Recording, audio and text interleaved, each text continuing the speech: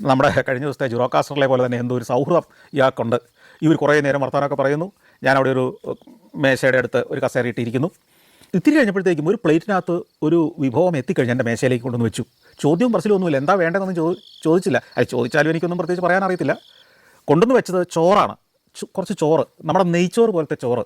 അതിൻ്റെ മുകളിലേക്ക് ഇറച്ചിച്ചാറ് പോലെ എന്തോ ഒരു സാധനം കൂടെ ഒഴിച്ചിരിക്കുന്നു. പിന്നെ ഒരു പാത്രത്തിനകത്ത് കുറച്ച് തൈര്. ഇത്രയാണ് സാധനം. അപ്പോൾ അലക്സാണ്ട്രോസ് പറഞ്ഞ് കഴിച്ചോളാൻ പറഞ്ഞു. ഇത് അലക്സാണ്ട്രോസ് പറഞ്ഞതാണോ, ഇത് മാത്രമേ ഉള്ളൂ ഈ നാട്ടിലെ ചായക്കടയിൽ ബ്രേക്ക്ഫാസ്റ്റ് എന്ന് പറയുന്നത്, അതുകൊണ്ടാണോ എന്നറിയത്തില്ല. ഏതായാലും അതാണ് വന്നത്. ഞാൻ ഏതായാലും രുചിച്ച് നോക്കി, തരക്കേടില്ല, അത് കഴിച്ചു. നമ്മൾ ഈ കഴിക്കുന്ന വിഭവത്തിൻ്റെ പേര് താവേക്കോസി എന്നാണെന്ന് പിന്നീട് മനസ്സിലായി. താവേക്കോസി എന്നാണ് അത്രേ. അതാണ് എൻ്റെ ബ്രേക്ക്ഫാസ്റ്റ്. അലക്സാണ്ട്രോസും കഴിച്ചിരുന്നു. ഞങ്ങൾ അവിടെ നിന്ന് ഇറങ്ങി വീണ്ടും യാത്ര തുടരുകയാണ്. അങ്ങനെ വീണ്ടും ഒരു 2 മണിക്കൂറോടെ നമ്മളിങ്ങനെ ഗ്രാമങ്ങളും മലകളും താഴ്വരകളും ഒക്കെ പിന്നിട്ട് ഓടി അപ്ലോണിയ എന്ന് പറഞ്ഞ പ്രദേശത്തേക്ക് എത്തണം. അപ്ലോണിയ ഒരു കുന്നിൻ്റെ മുകളിലാണ്, ഒരു മലയുടെ മുകളിലേക്ക് കയറണം. ഈ അപ്ലോണിയ 2500 കൊല്ലം മുമ്പ് ഗ്രീക്കുകാർ സ്ഥാപിച്ച ഒരു കോളനിയാണ്. അവരുടെ ഒരു സെറ്റിൽമെൻ്റ് ആയിരുന്നു ഇവിടെ.